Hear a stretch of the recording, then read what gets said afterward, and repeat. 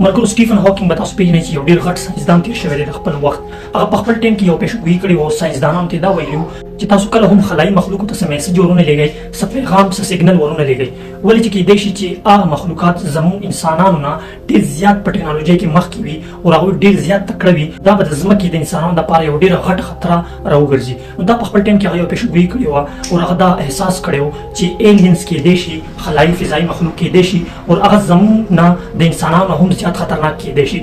یعنی انسانان څومره په ټکنالوژۍ کې مخکې دي چې اټم بم یې جوړ کړی دی او هغه اټم بم په سکندونو کې غونډ کلي پوره ملکونه تباه کولی شي. دومره غټ طاقت لري اټم بم. نو انسانانو دا اټم بم جوړ کړی دی. نو سټیفن هاکینګ ویلي چې څنګه انسانان تکړه دي او په ټکنالوژۍ کې مخکې دي، نو دغه شان ایلینز چې کوم دي، فضایي مخلوق چې کوم دي، که هغه چېرته موجود وي نو هغه به د انسانانو نه هم کیدای شي چې زیات مضبوط وي او زیات تکړه وي. نو ساینسدانانو ته هغو دا ویلي چې تاسو کله هم خلایي مخلوقو ته، فضایي مخلوقو ته څه داسې سیګنل ورونه لېږئ چې هغه سیګنل هغوی موصول کړي، دا به د ځمکې دپاره یوه ډېره غټه خطره وګرځي.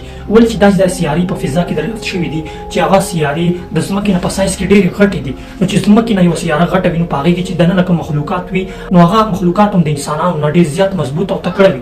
نو په دې وجه هغوی یو احساس کړی و داسې یو مخلوق ته میسج یا سیګنل ورونه لېږئ، هسې نه چې هغوی هغه سیګنل موصول کړي او هغوی بیا په ځمکه باندې څه داسې حمله وکړي. نو دا د هغوی یوه ډېره غټه پیشنګویي وه.